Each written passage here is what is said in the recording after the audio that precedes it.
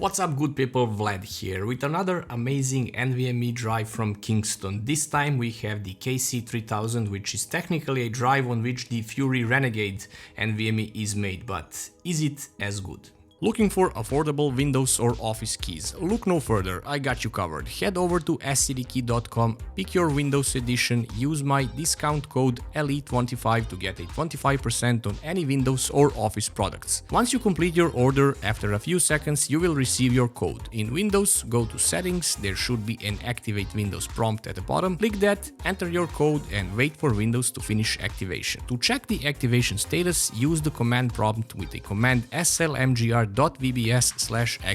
and you should receive a notification that the machine is permanently activated. Once again, use code LE25 at scdkey.com.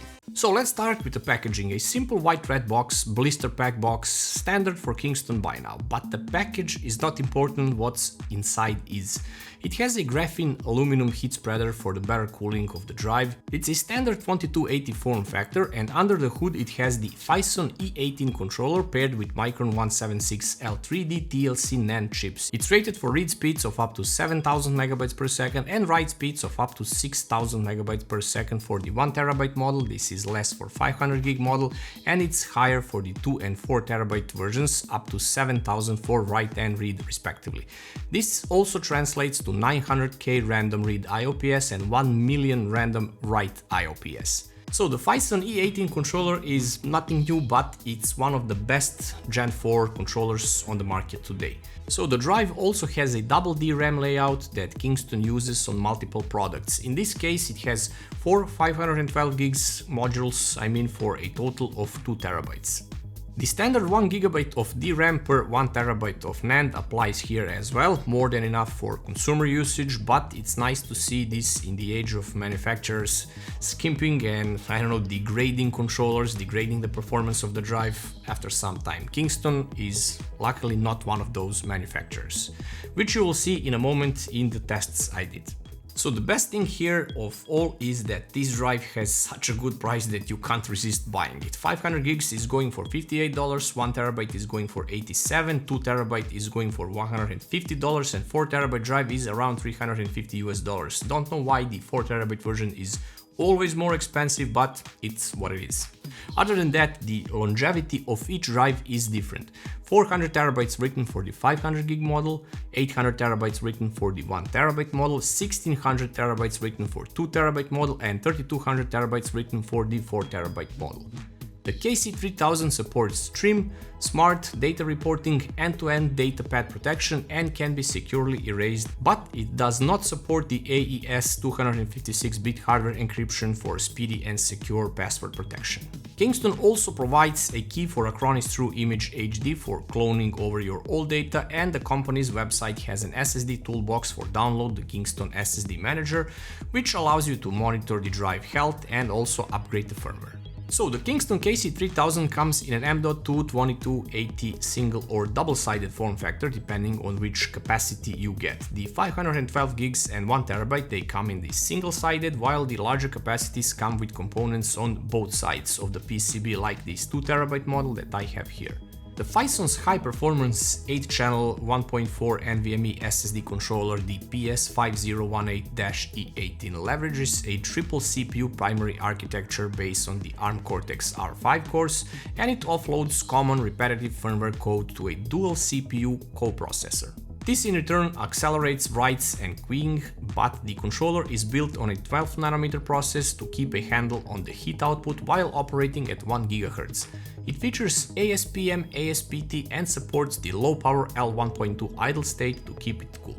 It also thermal throttles if it's to exceed a temperature of 84 degrees Celsius based on its smart data, but wait till you see the tests, I never got more than 53 degrees in my case.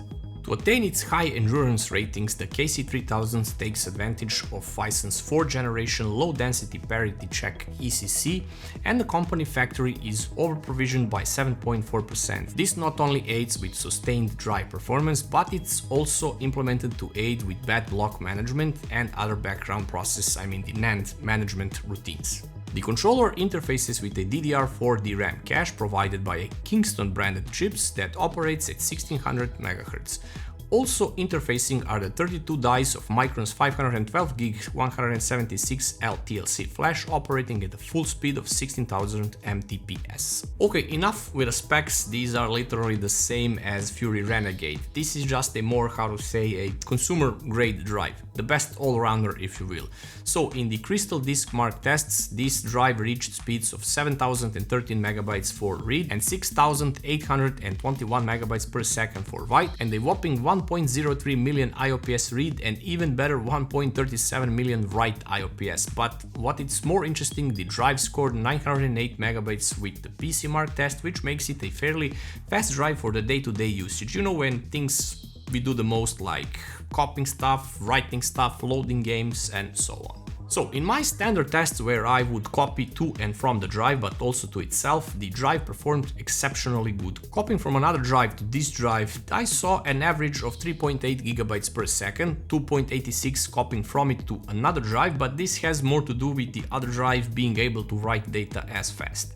And doing a self-copy test, it managed to keep around 2.7 GB per second. Good thing is that the buffer did not fall in any of these tests. I use a bunch of smaller files, pictures and videos. Mostly it's a 20 GB in total, but the drive did not exhibit any issues, not even with a larger total copy file of the 50 GB folder. This drive is backed with a 5-year warranty, and trust me, it will last you more than that. Also, if you happen to have Gen 3 or even now the Gen 5 boards, the drive is compatible with both of them and will work up to Gen 4 speeds if it's put in the Gen 5 slot, and up to Gen 3 speeds if it's on a Gen 3 board. So basically this drive will serve you well for years to come, whether you choose to use it as an OS drive, a drive for purely storage or video editing drive, or as gaming drive. I am using it primarily for video editing and I have zero issues. Everything is loading super fast, it has no stutters, no hiccups. So with all that said, I must say it again, you want stability and speed for your system, can't go wrong with Kingston. So for this price and this kind of performance, go for the 2TB model, as it offers a bit better read IOPS and longer life expectancy. Also, this is an ideal drive for the PS5 console as it's slim enough to fit, plus it has a good cooling solution already installed on it. And it's super cold, as you saw with my tests, never going above 53 degrees. Don't forget to watch the Fury Renegade drive review, as they are literally the same drive. Fury only having a slightly different firmware, which makes it way more faster, but I don't know how Kingston did it. So huge thanks to Kingston for sending this drive and to you guys for watching. Make sure to like and sub to the channel, and I'll see you in the next one.